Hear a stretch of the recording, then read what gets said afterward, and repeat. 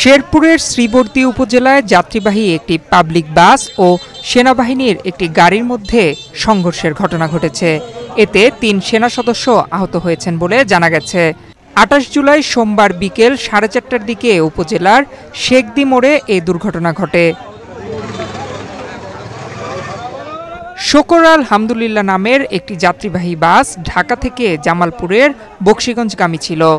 অন্যদিকে সেনাবাহিনীদের ওই গাড়িটি শ্রীবর্দী উপজেলার মালামারী ইউনিয়নের কালিকাকুড়ায় উচ্চ বিদ্যালয়ে বিনামূল্যে আয়োজিত মেডিকেল ক্যাম্প শেষ করে সেনা সদস্যদের বহন করে শ্রীবর্দী আর্মি ক্যাম্পে ফিরছিল। ওদের স্বপ্ন পূরণে পাশে থাকতে পেরে আমরা গর্বিত। জানা গেছে সেনাবাহিনীর ১৯ পদাতিক ডিভিশন ঘাটাইল এরিয়ার এই মেডিকেল টিম ৩টি গাড়িতে ফিরছিল। তার মধ্যে একটি গাড়ির সঙ্গে যাত্রীবাহী বাসটির সংঘর্ষ হয়।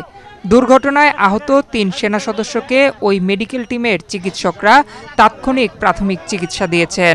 তবে আহতদের নাম ও পরিচয় তাৎক্ষণিকভাবে জানা যায়নি। শ্রীবর্দী থানার ভারপ্রাপ্ত কর্মকর্তা কায়ুম খান সিদ্দিকী ঘটনার সত্যতা নিশ্চিত করেছেন। তবে এখনও ক্ষয়ক্ষতি বা আহতদের বিস্তারিত তথ্য জানা যায়নি।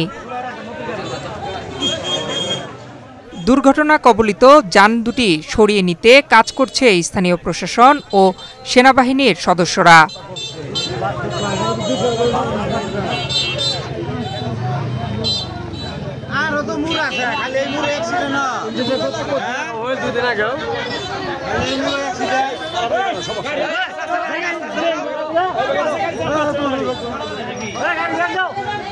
এটা কার গাড়ি?